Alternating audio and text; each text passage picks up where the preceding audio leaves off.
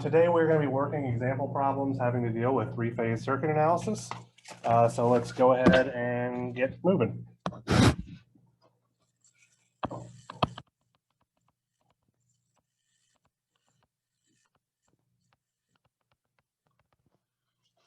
right. So our second example problem for three-phase circuit analysis states that in a balanced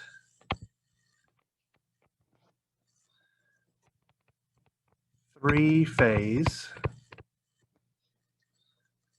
delta Y system,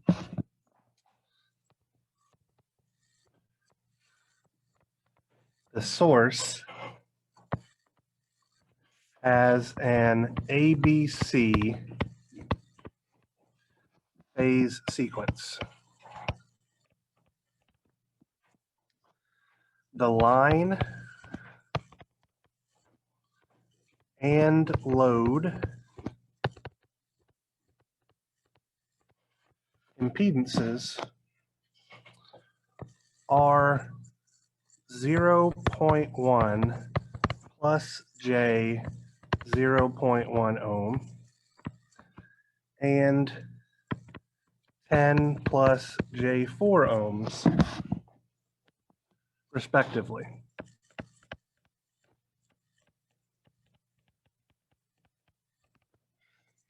If the line voltages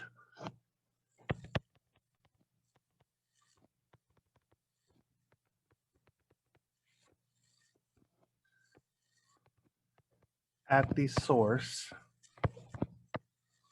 are VAB is equal to 208 angle 0 degrees volts RMS,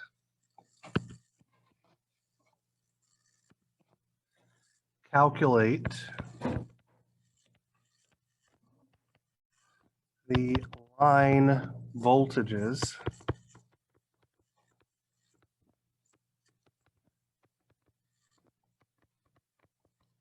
at the load. So I'll give you guys another couple of minutes to write things down here.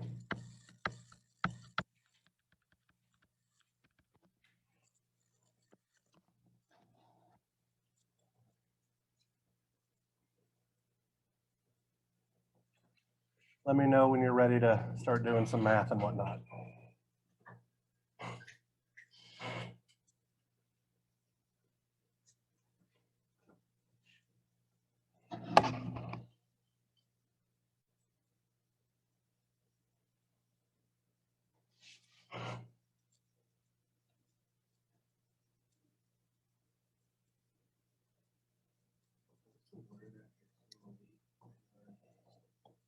Calculate.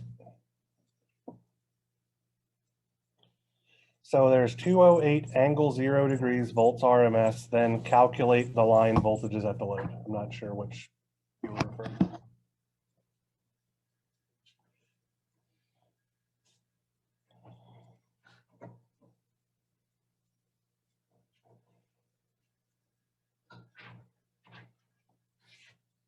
All right, so I'm going to start this problem by drawing a picture of the circuit diagram because I think it will be helpful to us in the long run.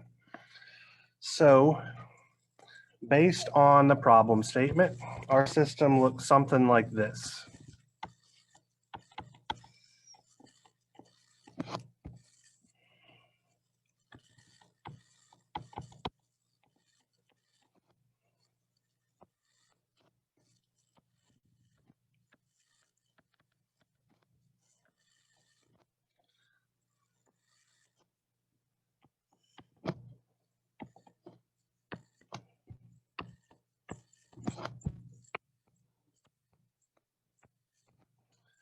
Here is VAB, here is VBC, and here is VCA.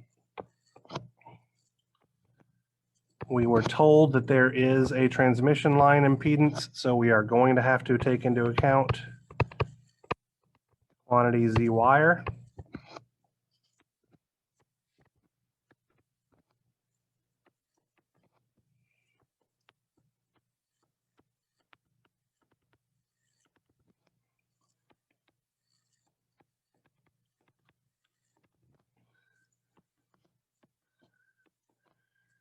And we were told that this is a delta Y system, so that means that our load is Y connected.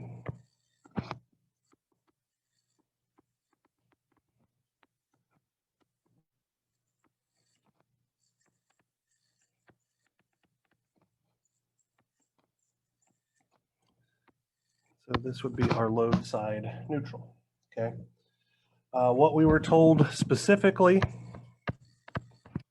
is that VAB is equal to 208 with an angle of 0 degrees, volts RMS.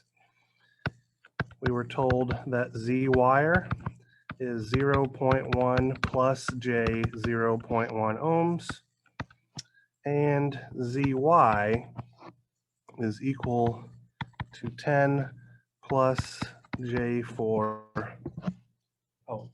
Okay. So let me ask you guys a question.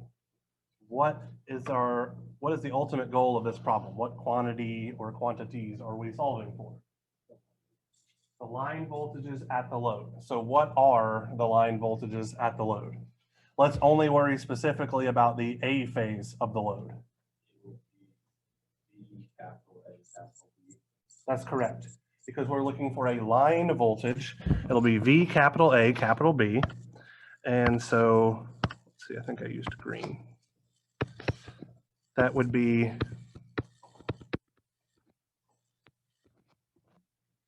this guy specifically. Okay? And then once we know that guy specifically, we can get V capital B capital C and V capital C capital A just by shifting by negative 120 degrees. All right, so because I have a delta connected source, I cannot yet apply my single phase equivalent circuit. So what do I need to do to convert that delta source into a Y source? Okay, and do what else? And so this time we're going to have to pay attention to changing the phase angle as well, because we aren't given magnitudes like we were in the last example. We were given a specific value for both the magnitude and the phase angle. So to convert from our delta source into a Y source, we're going to divide 208 by square root of 3, and we're going to subtract 30 degrees from our 0 here, okay? So I can say that VAN will be VAB divided by square root of 3 angle 30 degrees, which is going to be 120.089 with an angle of negative 30 degrees volts RMS, right? Because we did the 208 over root 3 the other day, so I remembered what that is, and I can subtract 30 from 0 with the best of them. All right, so we have enough information to draw our single phase equivalent circuit, okay? So our single phase equivalent circuit is going to look like this.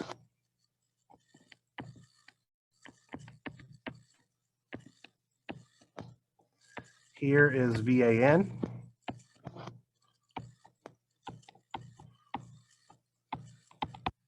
Here is Z wire. This time has an actual value. Here's our node for capital A. Here's ZY. Here's our node where capital N is connected. Okay. So let me ask you guys a question. And this is a pretty important question. Where on my single phase diagram does the line voltage across the load exist?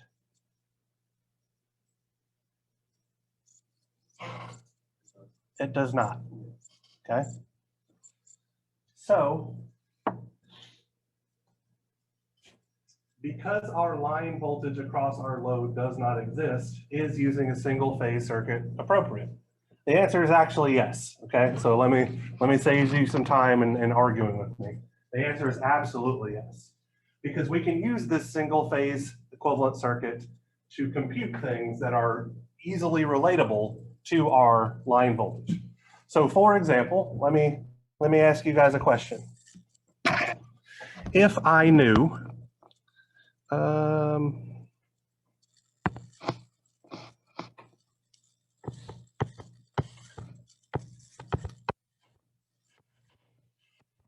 this phase voltage, VAN, could I use that to get the quantity VAB?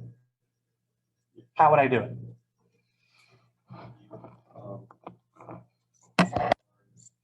Capital N. Is our capital N 0? Capital N is whatever it is. Like, okay.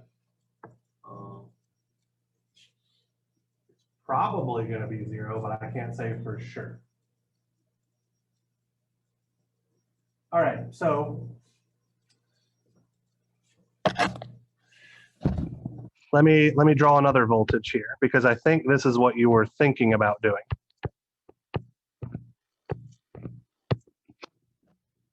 If we knew VAN, we could easily calculate VBN.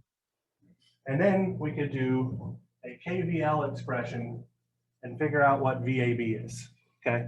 That's actually more work than we need to do, all right? What did we find when we derived our relationships? If we want to convert from in a Y-connected system, if we want to convert from a phase quantity to a line quantity, all we have to do is multiply by the square root of 3 and add 30 degrees. It doesn't matter whether we're doing it on the source side or the load side. That's the only conversion that we need to do, okay? So we could absolutely determine VAN, determine VBN, and we could say that VAB is VAN minus VBN, which is just a really long way of saying VAB is just VAN times square root of 3 angle 30, okay? So now that we can see that VAN is related to VAB by some known quantity, is VAN on our single phase equivalent circuit diagram? Absolutely, right? It would be this voltage right here.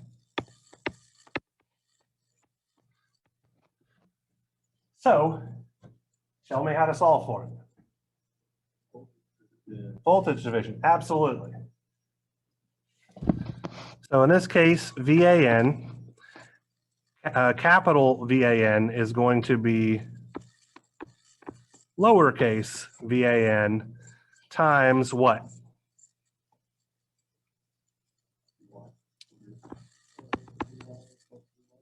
Yeah, ZY divided by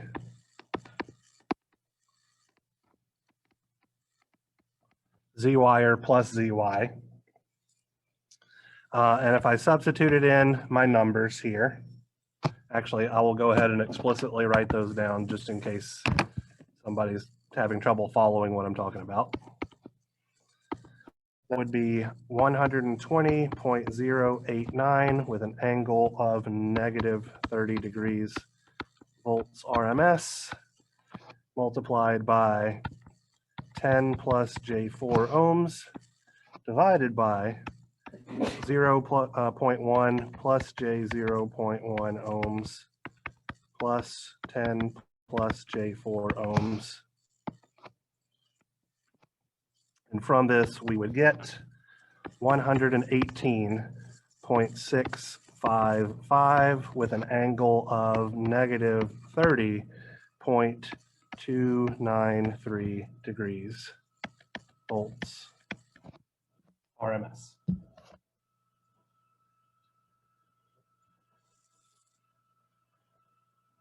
To get from our phase voltage to our line voltage, again, we simply just need to multiply that quantity by √3 angle 30 degrees. So VAB is VAN times square root of 3 angle 30 degrees is going to give me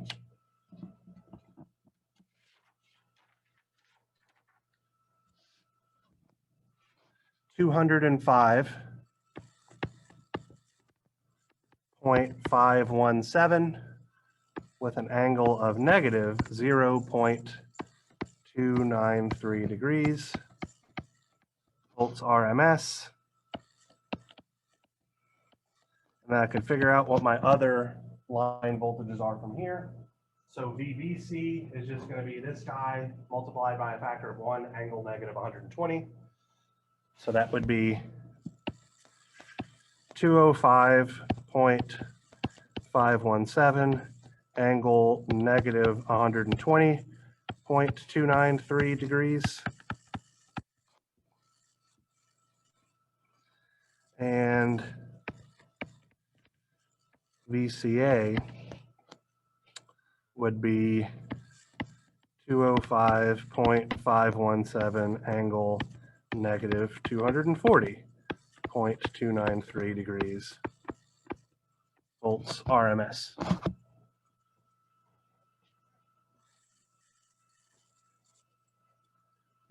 So that's for a Y connected load that you would multiply your line volt By phase voltage. By that factor to get your line. Correct. Okay.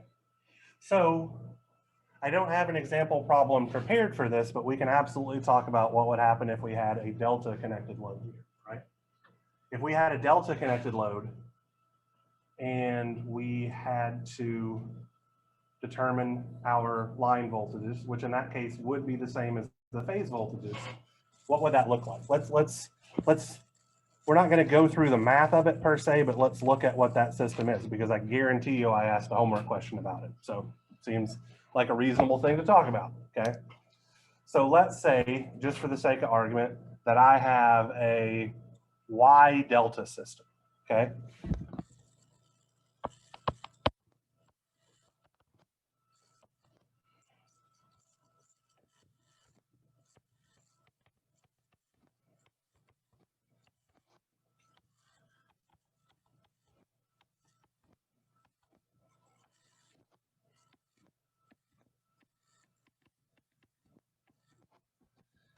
A, B, and C, VAN, VBN, and VCN. I'm going to start being lazy, and I'm just going to call my transmission line impedances ZW, just because I don't feel like writing out the word wire over and over again.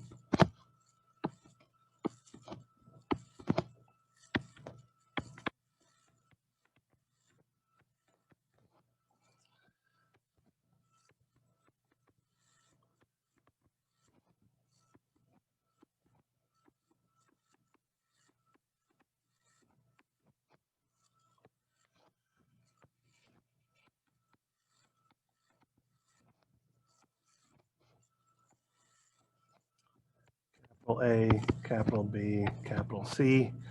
And for the sake of argument, we're trying to find the same quantity, VAB, okay? So because we have a Y-connected source in this particular example, we obviously don't need to convert that to a Y to get our source side of our single phase equivalent circuit. We never convert our transmission line impedances, so that stays the same, but we have a delta connected load over here on the right, okay? So in order to get a YY circuit, we need to convert our delta connected load to a Y connected load. How do we do that?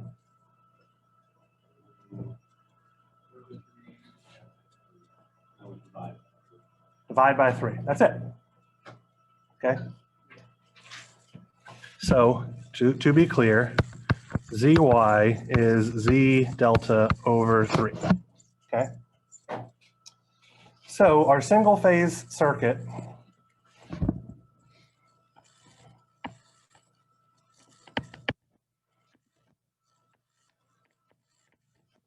would then look like this. Here is A, here is N.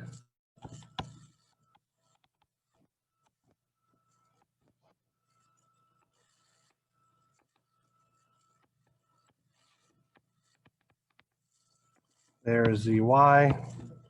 Here's capital A, capital N, and a short. Okay? Once again, we can't calculate V capital A, capital B directly, right? So what we would have to do is, again, calculate V capital A, capital N, and then multiply that by √3 angle 30 degrees. And that would give us the exact same V capital A, capital B as if we had analyzed this circuit with a delta connected load to begin with. Okay, so we would have V capital A, capital N is equal to V lowercase a, lowercase n multiplied by ZY over ZW plus ZY, and then V capital A, capital B is just V capital A, capital N times square root of 3 angle 30 degrees.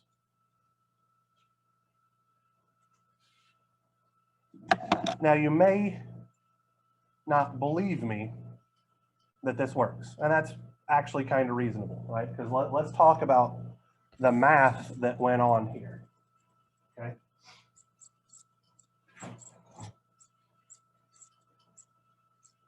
We know that this voltage, there is no neutral conductor to speak of, really, right here.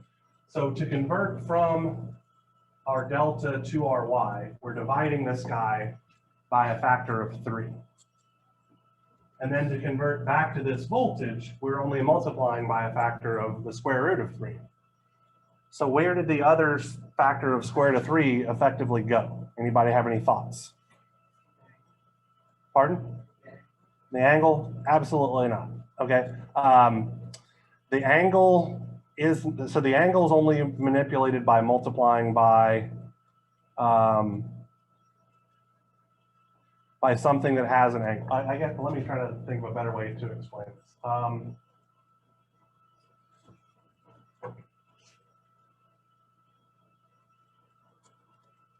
Z delta would have some specific phase angle, right? Expressed as a polar form complex number. If we divide Z delta by a factor of 3, does the angle of the impedance change at all? No. So it has nothing to do with the manipulation of the angle, okay?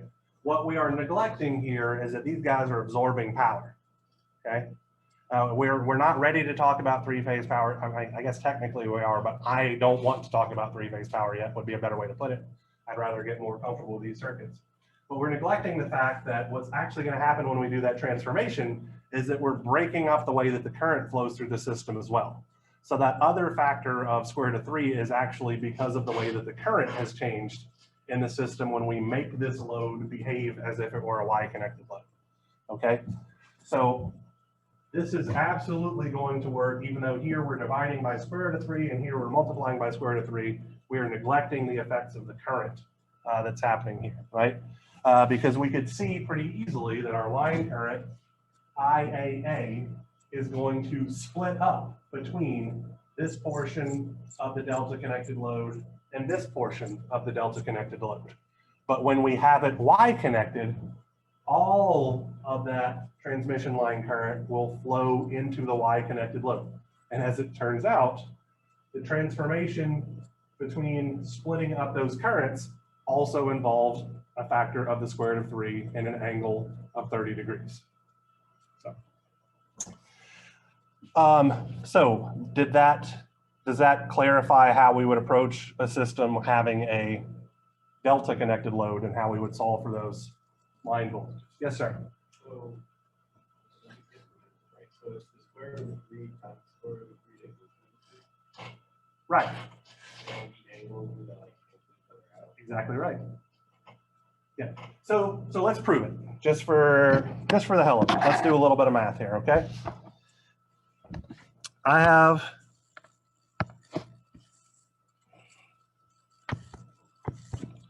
a line current IAA that's flowing into this node, right? I have a line current,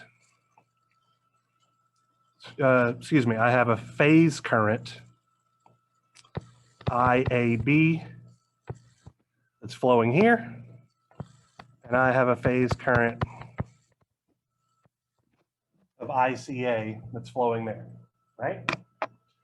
So I could write a Kirchhoff's current law expression. So IAA is entering, and ICA is entering, and IAB is leaving, right? So everything seems hunky-dory here. I'm going to move ICA to the opposite side, all right? Because those, I'm putting my line currents on one side and my phase currents on the other side. So that would be IAA is equal to IAB minus ICA, right? If this is a balanced system, meaning that all of my voltage sources on the left-hand side are balanced, so they have the same magnitude and they're separated by 120 degrees, my transmission line impedances are identical, and my load impedances are identical, which is the situation that I have right here, I can say that ICA is simply IAB times 1 angled negative 240 degrees, right? So somebody do this math, 1 minus 1 angle negative 240, and tell me what you get.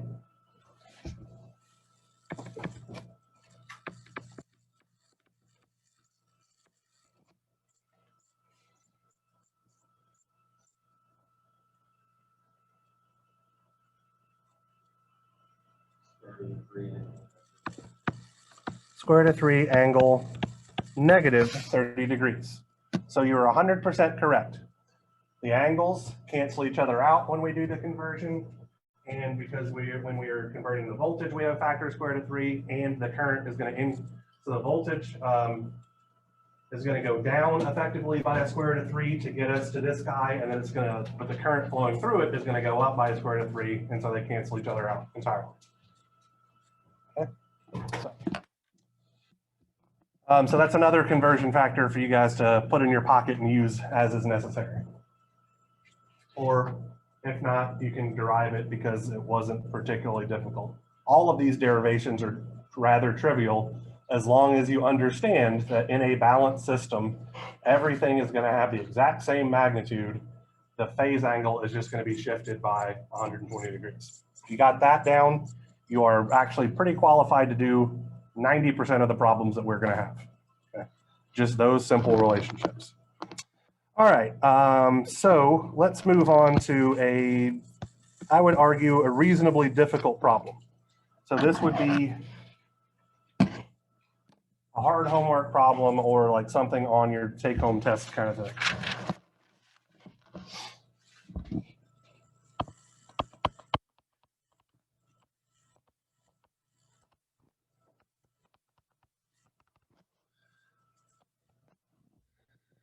All right, so I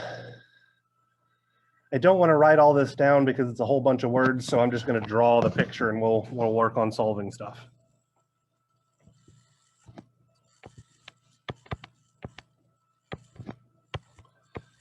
We have a Y-connected source .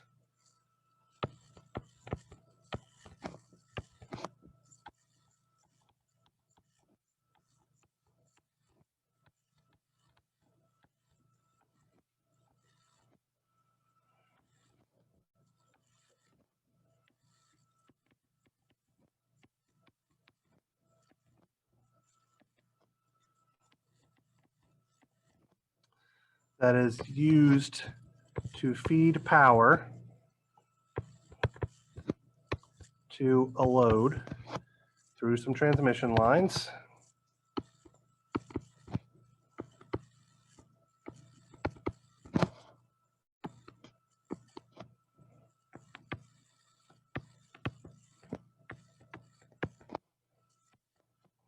But in this case, we're actually going to be supplying two loads. Okay. One of our loads is going to be Y connected, and the other one is going to be delta connected, and they are connected in parallel. Okay. So this is where drawing a picture is really going to help things out, because if you don't do it, it's going to be really hard to figure out what we're asking for. Okay. So the first thing I'm going to do is I'm going to draw my Y connected load.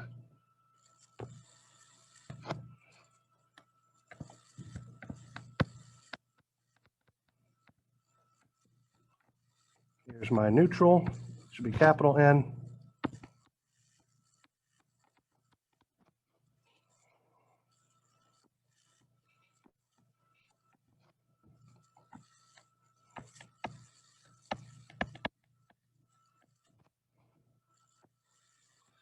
So this is a little different than I've drawn Y connected loads in the past, but can everybody still understand why it's Y connected? Let's start there.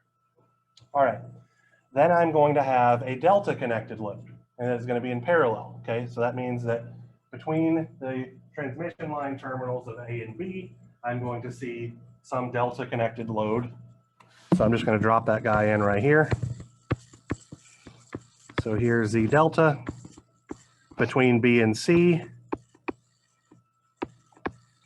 I'm going to see a Z delta and between C and A. I'm going to have another Z delta. So this is what it would look like if I had a delta load connected in parallel with a Y load. What if I had two Y connected loads in parallel? What would I do? Just combine them, right? I can combine ZY in parallel with ZY1 in parallel with ZY2, because they would be between the same sets of terminals. Similarly, if I had two delta connected loads in parallel, I could just combine them in parallel as well, right? But when I have a Y connected in parallel with a delta, I get this weird looking agglomeration, okay? You don't have to necessarily draw it this way, but to me, this is the easiest way to keep track of all the currents and all that kind of stuff, because that's what we're going to be looking at, okay? So we have this system. We are given the following pieces of information. VAN is equal to 120 angle 20 degrees, volts RMS. My transmission line impedance is 0.1 plus J 0.08. The per phase impedance of my Y connected load is 8 plus J2. And the per phase impedance of my delta connected load is 12 plus J3.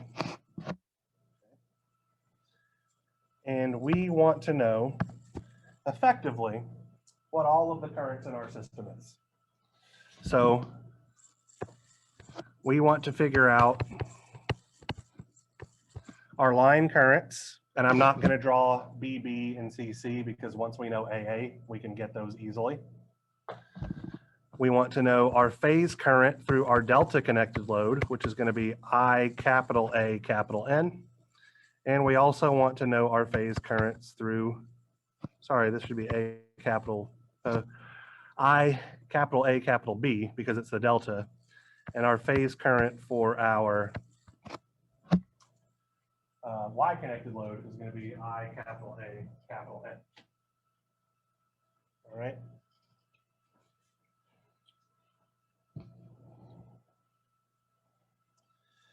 So let's talk analysis.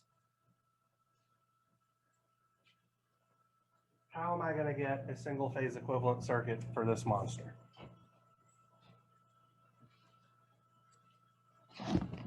Do I need to do anything to the source side? Let's start there.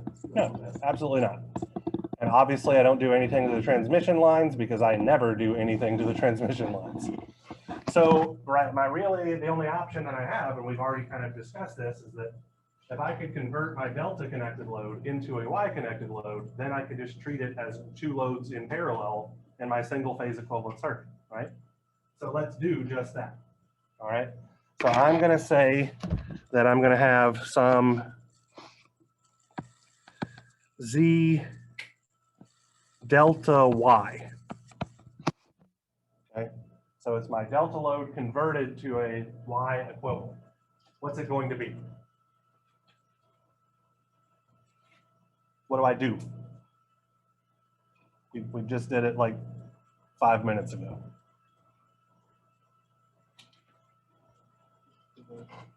Divide by 3. So 12 plus J3 over 3 is just 4 plus J1, right?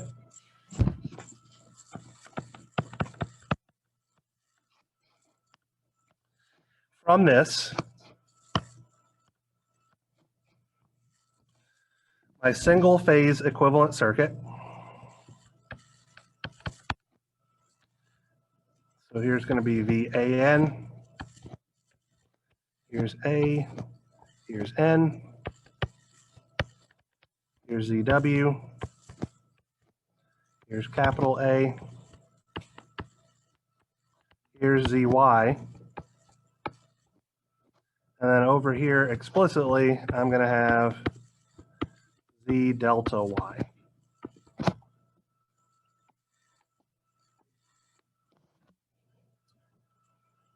Any questions about why this is what my single phase equivalent circuit looks like? Right?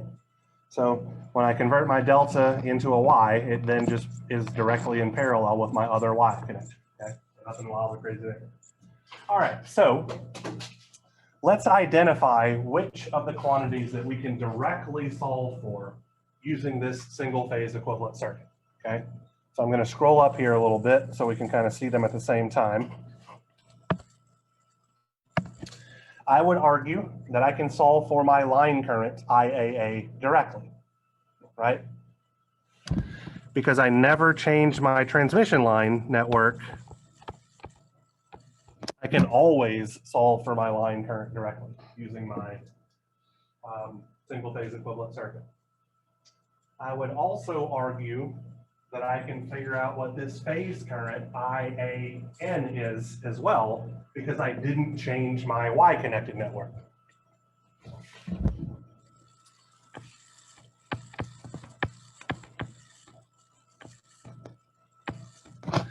Now, purely from a nomenclature or bookkeeping standpoint, I could identify a current IAN flowing through the delta Y impedance as well, because it is flowing from node A to node N, but that does not represent the current flowing through my Y connected load. And it also does not represent the current flowing through my delta connected load either, right? So I just want to be clear about that. So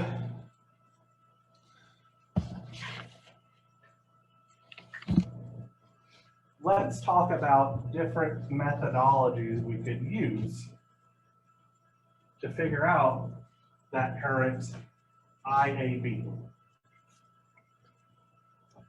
Okay, we can solve for these two directly just using simple circuit analysis techniques.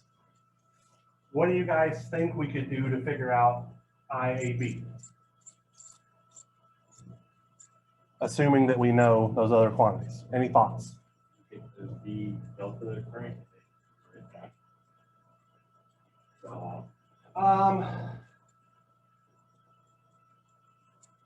So you're saying we could find the current, I'm going to do it in blue.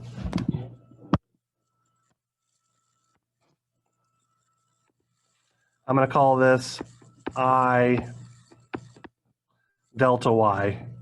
And I'm going to put an A there as well because it's for the A phase. So you're saying that we could take that guy, figure out what it is, and then convert it back. I agree with your sentiment. My biggest problem is what conversion factor would we use? And the reason why I'm saying is that we got to worry about the conversion factor is because we developed one when we just had a delta connected load, but now we have a Y in parallel with a delta. That's going to mess things up a little bit, right? It's not going to be a simple direct relationship because we know for sure that our line current is going to split up. Okay. But I like where your head's at. Okay, so let's think about this real quick. There are a couple of different routes that we could go. Okay. Now we know that we can solve for this guy directly, and we know that we can solve for this guy directly, which would give us this as an unknown. But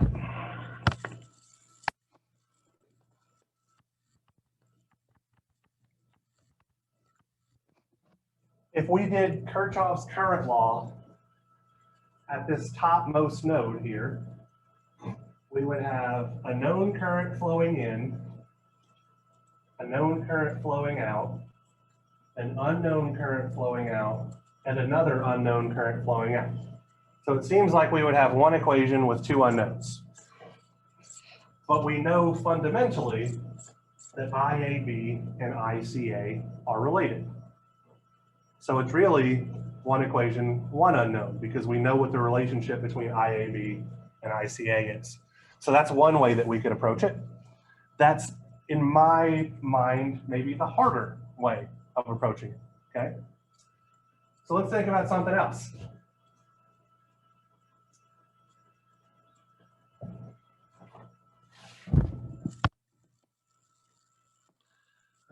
Let me do it in green.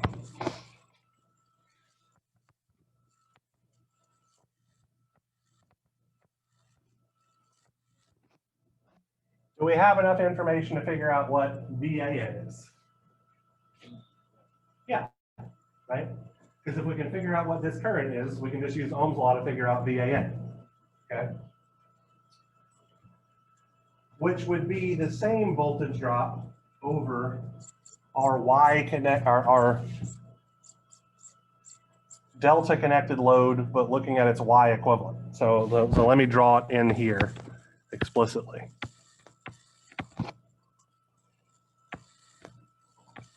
Okay, these two guys are in parallel, so I could figure out what that voltage VAN is.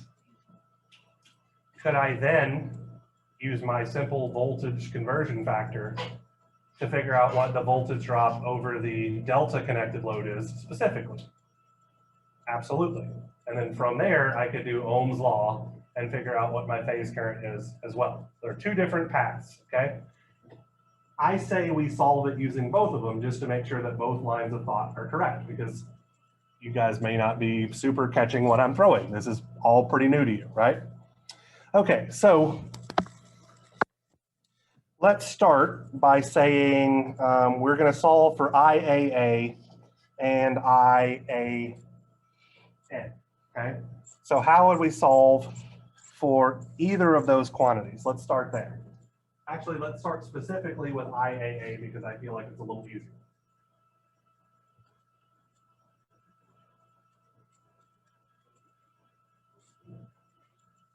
Okay, so we could do an impedance combination. So our source over here on the left, VAN, sees Z wire in series with the parallel combination of ZY and Z delta Y, correct? Okay. So let's write some stuff down here.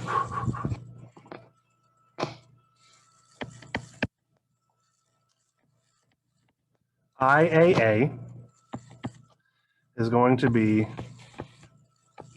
VAN divided by ZW plus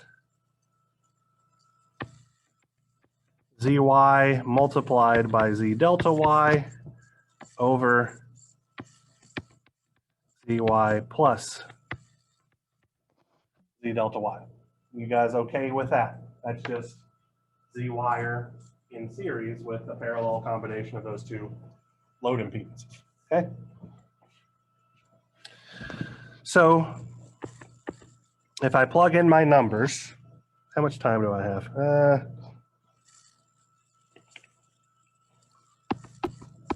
120 angle, 20 degrees.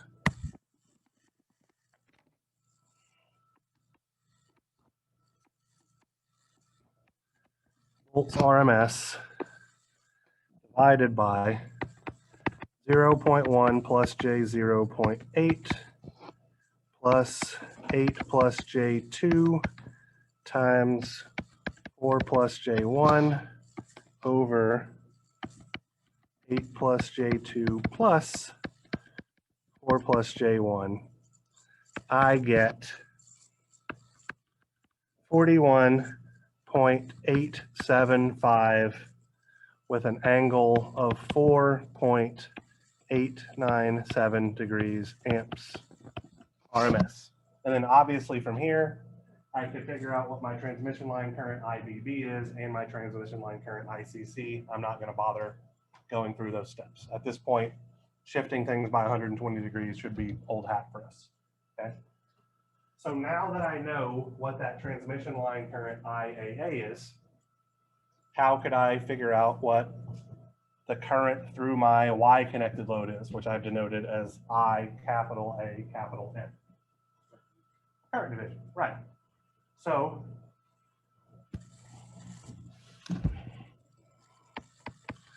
I capital A capital N would be I lowercase a capital A times, let's see, 1 over ZY divided by 1 over ZY plus 1 over Z delta Y, right?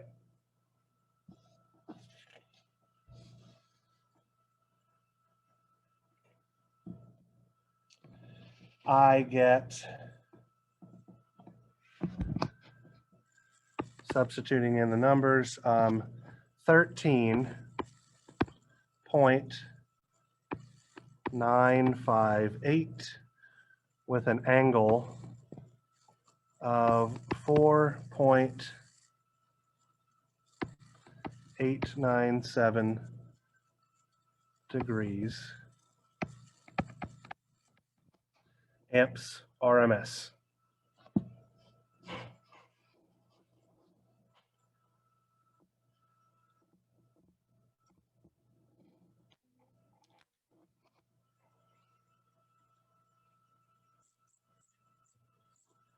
So let's talk about this phase angle right here. To me, it seems odd that they're the same because we know that the current is splitting off, okay? But if we scroll up here, our impedance ZY has a ratio where the real part is 4 times larger than the imaginary part. And our impedance Z delta Y also has the real part is 4 times larger than the imaginary part. So it makes perfect sense if we look back at this, since the impedances have the exact same ratio, we should see that they'll wind up having the same angle.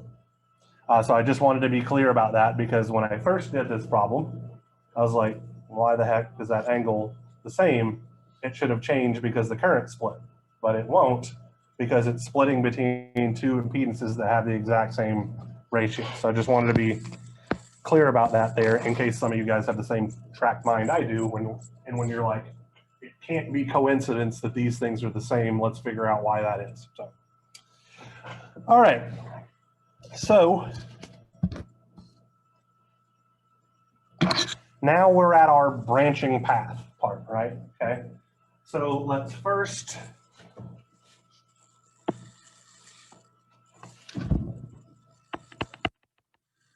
find IAB using ACL. All right. So I want to look at my original diagram here. I can see that I have IAA flowing in and ICA flowing into that node.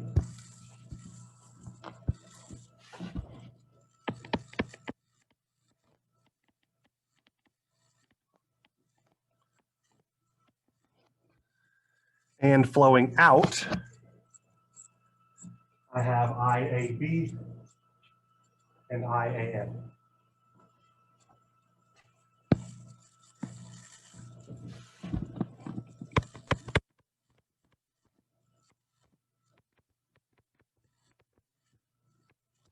I'm going to move my known quantities to the left-hand side and my unknown quantities to the right-hand side, which will give me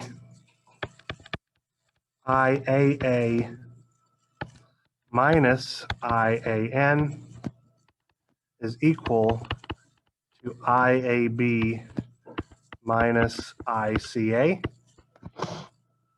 And because of the relationship that we derived just a couple of minutes ago, we know that IAB minus ICA is just IAB times root 3 angle negative 30 degrees, right?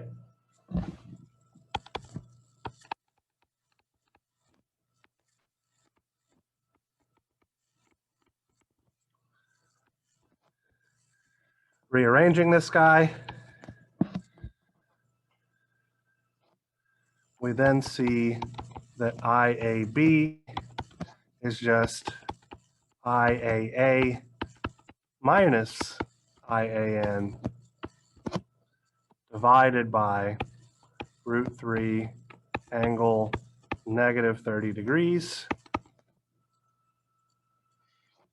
which gives me 16.118 with an angle of 34.897 degrees amps RMS. Okay.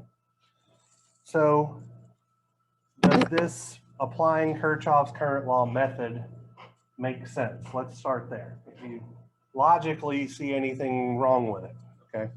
Right, Kirchhoff's current law has to work all the time because it is the law of conservation of charge for circuits, okay? If it doesn't work, we've broken physics, which we cannot do, all right? So while this one is maybe less obvious, it is the one that I'm more sure is going to give us the right answer because it's grounded in a universal truth effectively, okay? Now let's go look at it the other way around, okay? For our second method, we need to find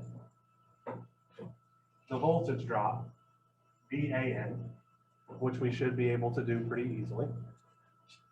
We convert that to from a phase voltage to a line-to-line voltage, and then we can use that line-to-line voltage to determine the current flowing through our load that is connected from line to line. That makes sense. The voltage drop, ELEN, is that our line to line? So that is a line to neutral voltage because it's got an N in it, right? So what I'm saying is that we can relate this voltage VAN to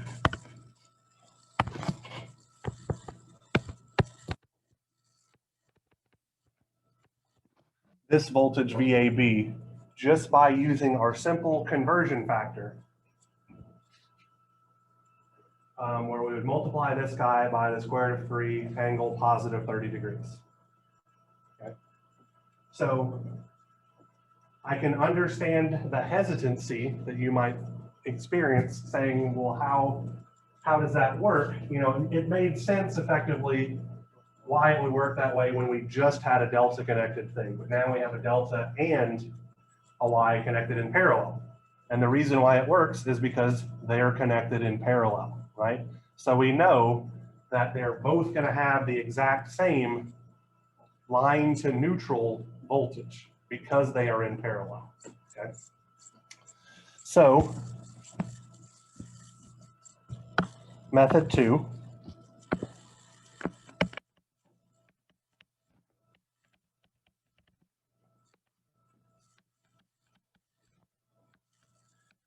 how would we figure out what our voltage VAN is based on the quantities that we know?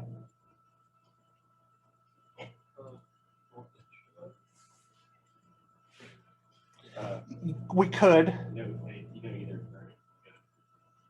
Yeah, so I would say that since I know what IAN is, I can just multiply it by these two guys in parallel and get the correct answer, right?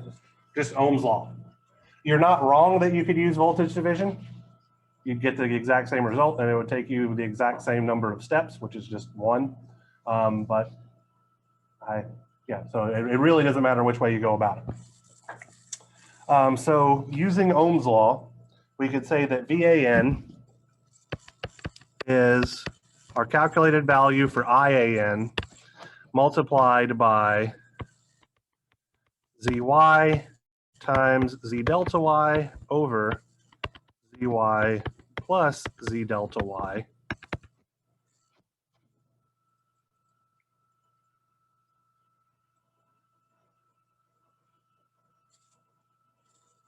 actually there's nothing wrong with that per se, but I legitimately forgot how Ohm's law worked, okay? And so let me explain what I mean by that. Oh, actually, there is something wrong with this.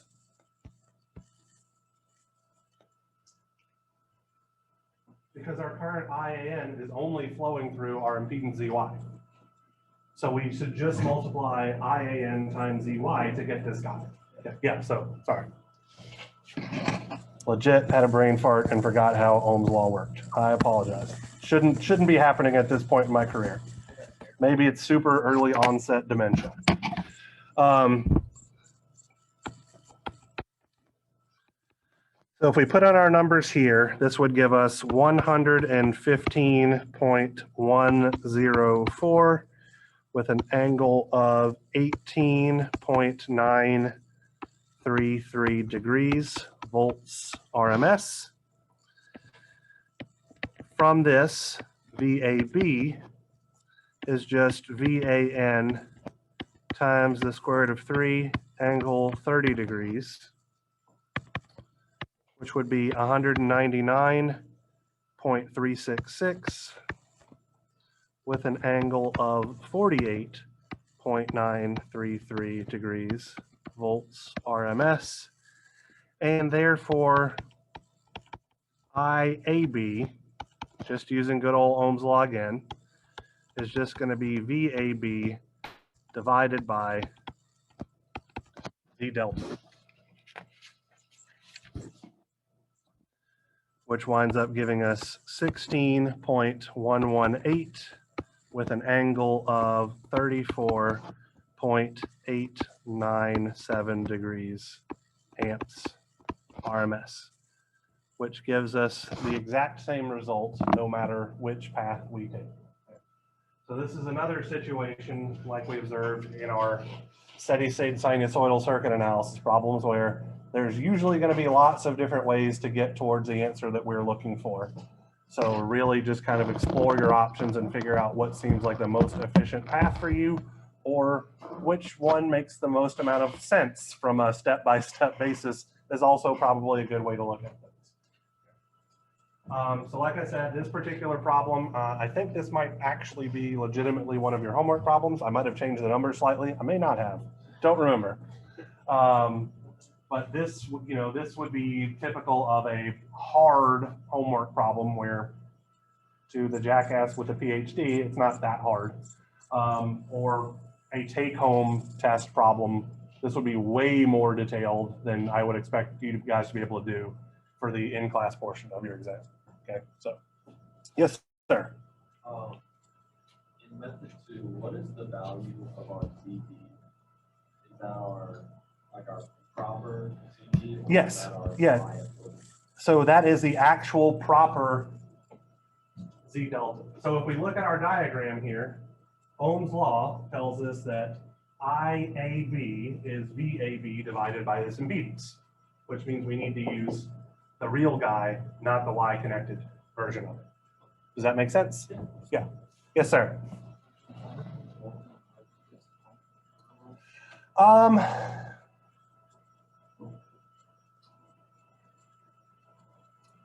So it really just depends on the terminals that you have available and how the load is configured. Because, okay, so let's say that you had a 3-phase electric motor as your load. You're not going to get to look inside of it and see whether or not it's actually Y connected or delta connected. The only thing you have access to are the transmission line terminals to connect it to. So the impedance that you would see for that motor depends entirely on whether you're trying to measure a line-to-line voltage or a line-to-neutral voltage or something like that. So for a 3-phase motor, typically speaking, you're not going to have access to a neutral terminal. But for, say, an HVAC system where they use certain parts of it as a single-phase system, you will have access to the neutral. So it really depends on your system and what you're putting into it as to whether or not you'll see it as all delta connected or a mix of delta and Y or all Y.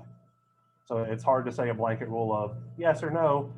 The answer is it just depends on what you're given and what you physically have access to as to how you intend to connect it. So, okay, can we talk through which transformations? So we have a delta Y transformation for our source, and obviously then a Y delta transformation as well. And then we have a delta Y transformation for our loads.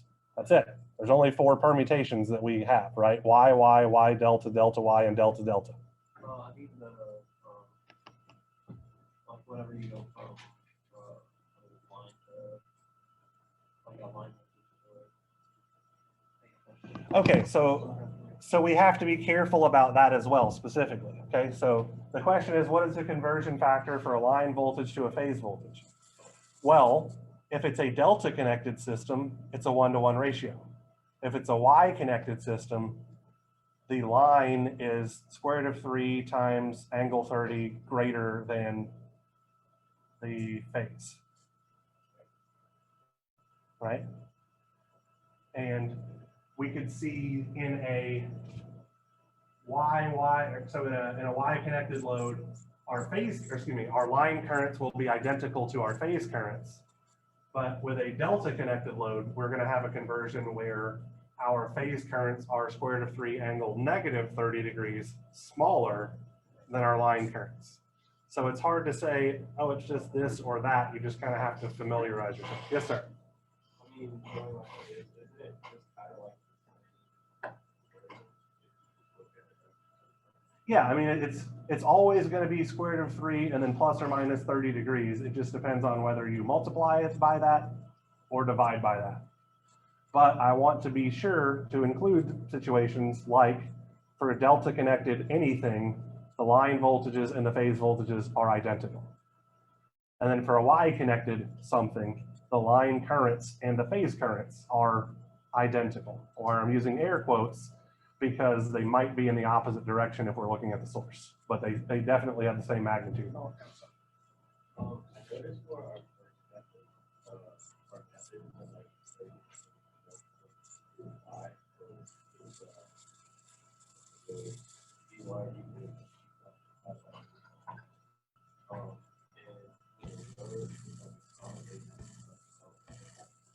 Uh-huh.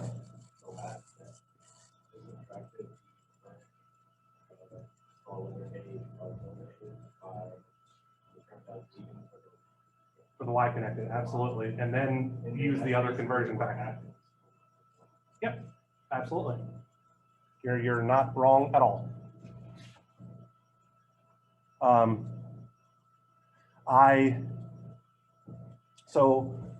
What that gentleman said is effectively when we looked up here at this previous example, we were able to define a transformation that would get us from our line currents flowing into a delta connected network into the phase currents. And we got that root 3 angle negative 30 degrees relationship. In the next problem, which was much more complicated, because it had the Y connected load as well, You get the exact same result when you just subtract the Y current out. And we wound up with this literally exact same relationship. There's nothing remotely wrong with thinking about it in that way. It's just not how my brain works. Like you're 100% correct. It's going to work that way 100% of the time. But I am the kind of stickler for details to where I just want to make sure I'm not forgetting something dumb. So I use the KCL approach and full on figure it out. So, but that's just me not wanting to make some asinine mistake, which I make enough trying not to already. No need to invite further instances of it happening. Anything else? All right, so on Monday, we will cover our last topic, which is three-phase power, okay? It really doesn't require a whole lot of work because it's just single-phase power 3 times. It's literally that. It's single-phase power, but you multiply it by 3. So we'll knock that out in a couple of minutes, probably develop some specific relationships for when you're only given magnitudes, which is more typical of what you would see in industry. You're not going to get a lot of phase angle information, all that kind of stuff. You're just going to be given specific magnitudes. So we'll develop those relationships, cover 3-phase power factor correction, and be finished. Yes, sir.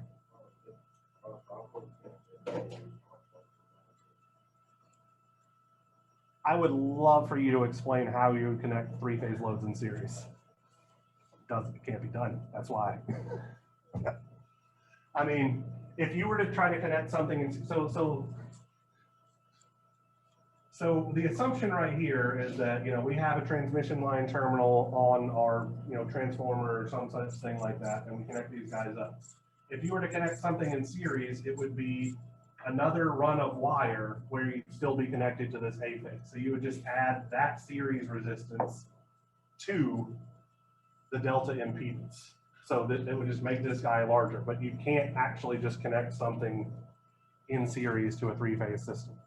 By its very nature, because it's 3-phase, it has to be in parallel because it has to be between all 3 terminals. So at most, you could connect something in series to a phase of the 3-phase load. Yeah, so like technically speaking, if you made one transmission line longer than the others, that would add some series resistance to one of the phases of the load. So. You asked a question, like putting 2 sources in parallel? 2 3-phase sources in parallel? No.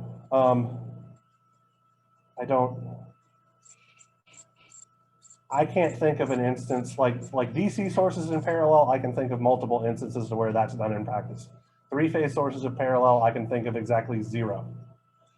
Because to me, a 3-phase source is a transformer outside hanging off of a pole where I just have access to the A phase terminal, the B phase terminal, the C phase terminal, and potentially a neutral terminal. So I don't know a system where I would ever have multiple of those connected in parallel because the very nature of a transformer and the windings inside of it let me step up or step down voltages. So it makes no sense to stack them together. And you'll learn all about transformers as the first topic in circuits 3 in the fall. So. All right, anything else? See you cats on Monday, because today's totally Friday. I did not. All right. Yeah.